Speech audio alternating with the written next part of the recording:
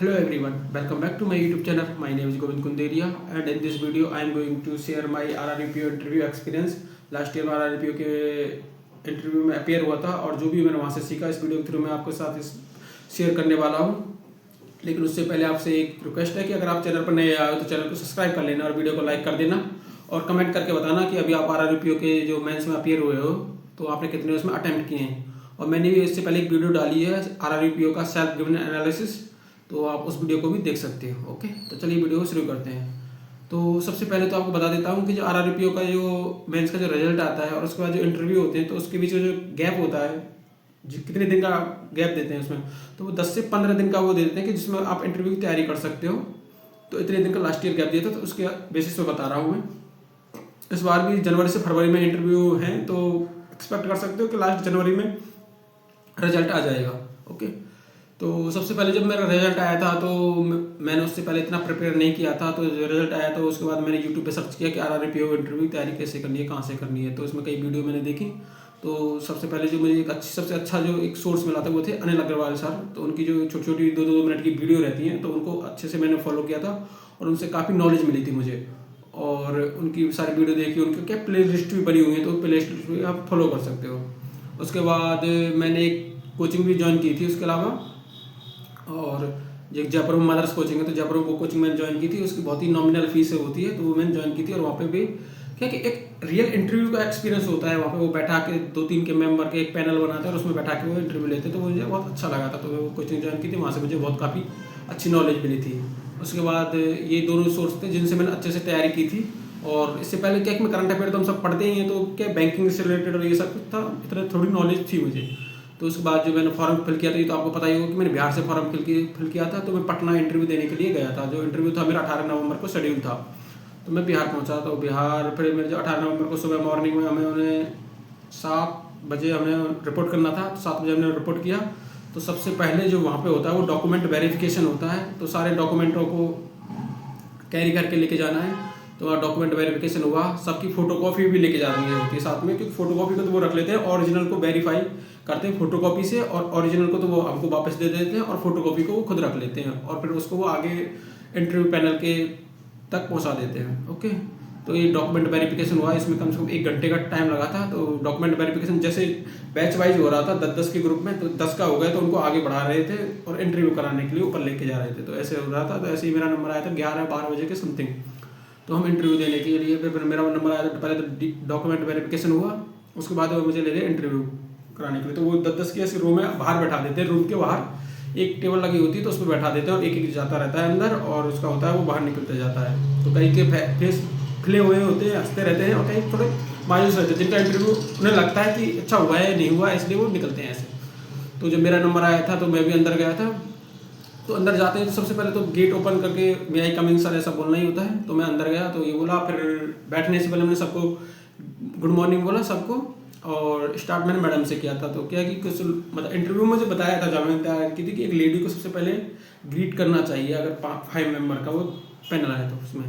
तो मैंने सबको ग्रीट किया और उसके बाद उन्होंने बोला बैठिए, और उनके पास मेरा बायोडाटा था ही, तो उन्हें पता था कि ये राजस्थान से आया है इतनी दूर से।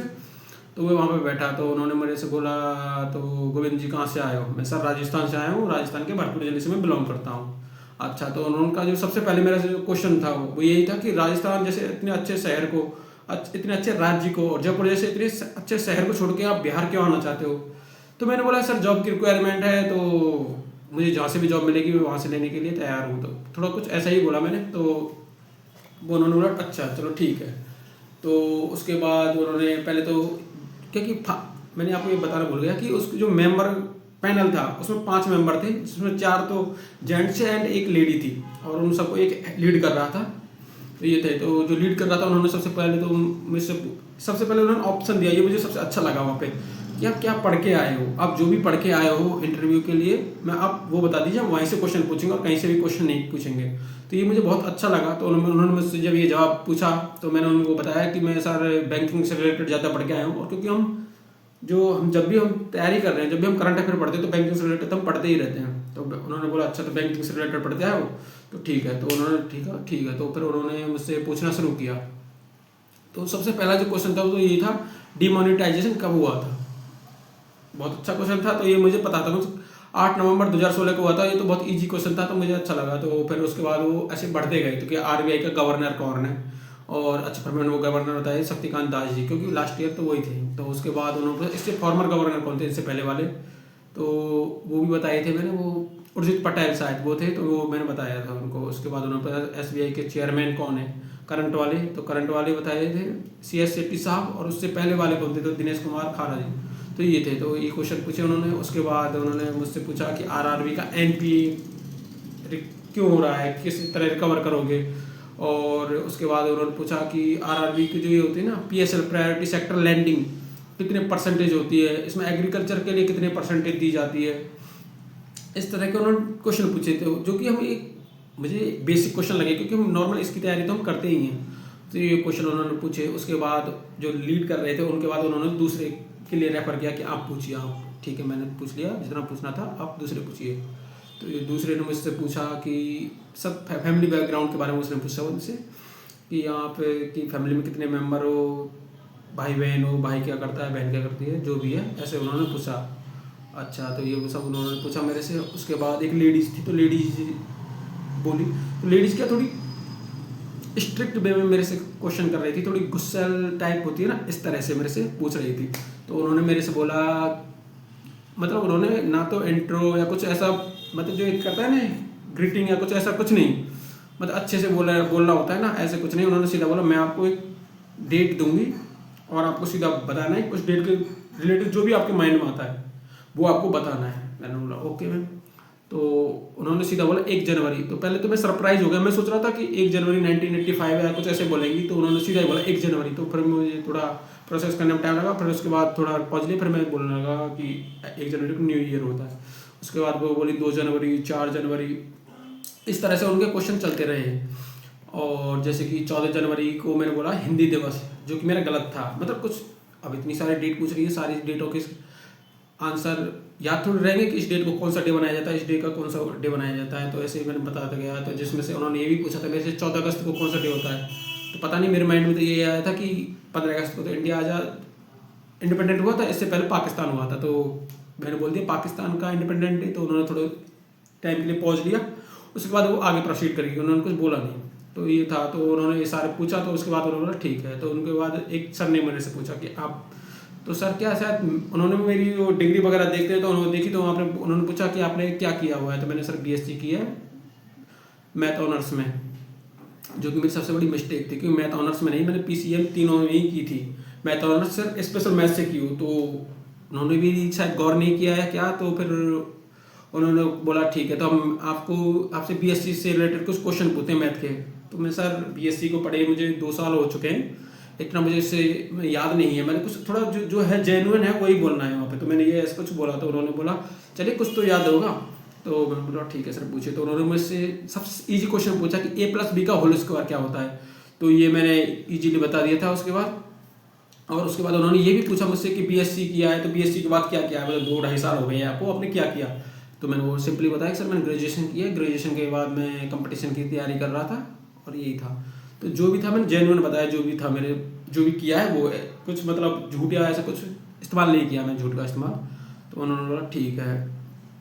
तो ये सब मेरे एक इंटरव्यू का एक्सपीरियंस था। उसके बाद उन्होंने बोला ठीक है, तो गोविंद जी आप जाइए, जो उनके जो चेयरमैन या जो भी उनके हेड थे वो बोले जाइए। तो जब मैं जाने लगा तो फिर भी मैं एक ने रोक लिया।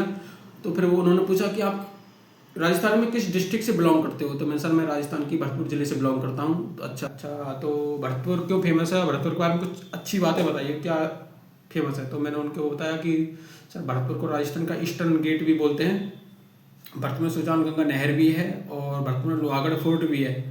तो ये बताया। मैंने बोला कि और क्या है, और भी कुछ है।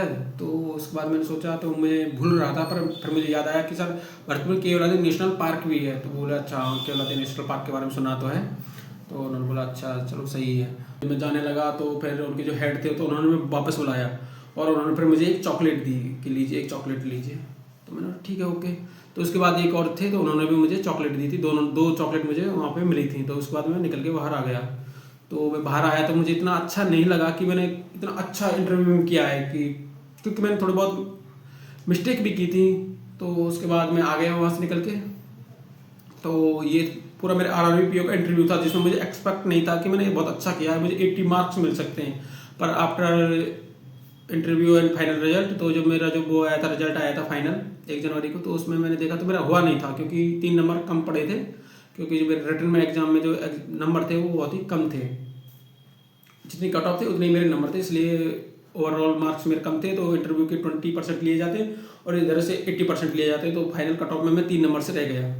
लेकिन मुझे इंटरव्यू में अच्छा स्कोर मिला था, 80 स्कोर मिला था। अगर मेरे 10 नंबर भी इधर आए होते रिटन में तो मेरा हो जाता मेरा। तो ये था मेरा एक इंटरव्यू का एक्सपीरियंस, जिसमें जो भी मैंने सोर्स फॉलो किए वो जेन्युइनली आपको बताने की कोशिश की है।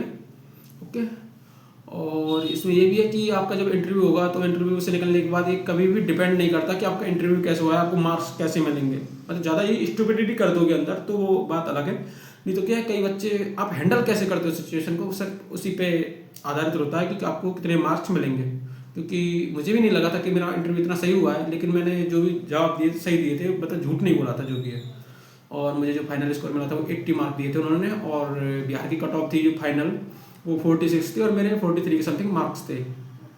तो ये मेरा पूरा एक RRBPO का इंटरव्यू का एक एक्सपीरियंस है, जो इस वीडियो के थ्रू मैं आपके साथ शेयर कर रहा हूँ। ओके, तो जो भी अगर आपकी अभी भी अगर कोई क्वेरी रह गई है तो कमेंट कॉलम में कमेंट डालना, मैं आपको उसकी रिप्लाई करने की कोशिश करूँगा।